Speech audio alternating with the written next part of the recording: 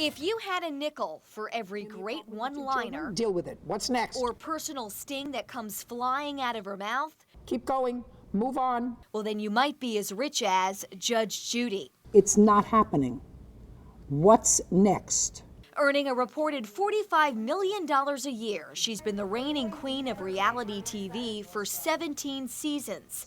Not bad for a woman who spent part of her life as a stay-at-home mom. But almost everything about Judith Sheindlin is a contradiction. Just barely over 5 feet tall, her personality is big enough to entertain an entire courtroom. He can't sue the sun.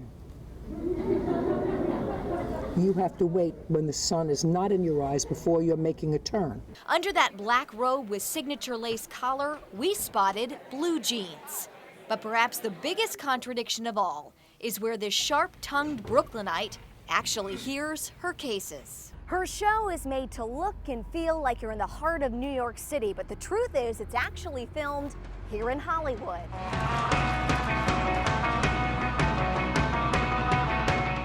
Hollywood came a-calling in the mid-90s after several articles and interviews about her tough love style, ruling from the bench in Manhattan Family Court. It didn't surprise me at all. You know, she had that it factor then, you know, and so, you know, some folks were pretty smart to decide to put her on TV. Bailiff Bird worked in her New York courtroom. We understand each other.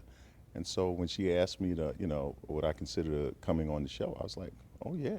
That's how Bailiff Bird got there, but what about all those plaintiffs and defendants who willingly agree to walk into the lion's den? We have approximately 60, 65 researchers across the country that go into courts, and because of the Freedom of Information Act, we can Xerox those cases, and they're sent back to the producers. From there, the producers call the people involved and decide which cases sound like good TV. Probably the return on the cases that they actually can use of everything coming in is only about 3%.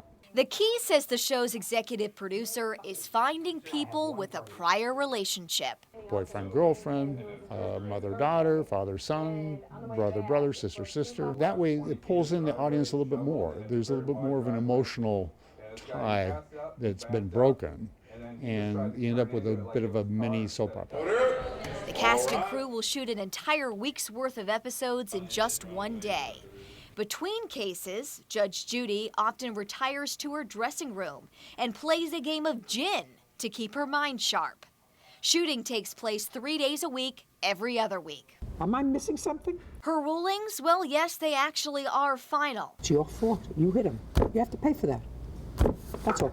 The counterclaim's dismissed. Participants sign a waiver agreeing to accept her decision and not to pursue the case anywhere else. They're also paid a flat fee for appearing on her show.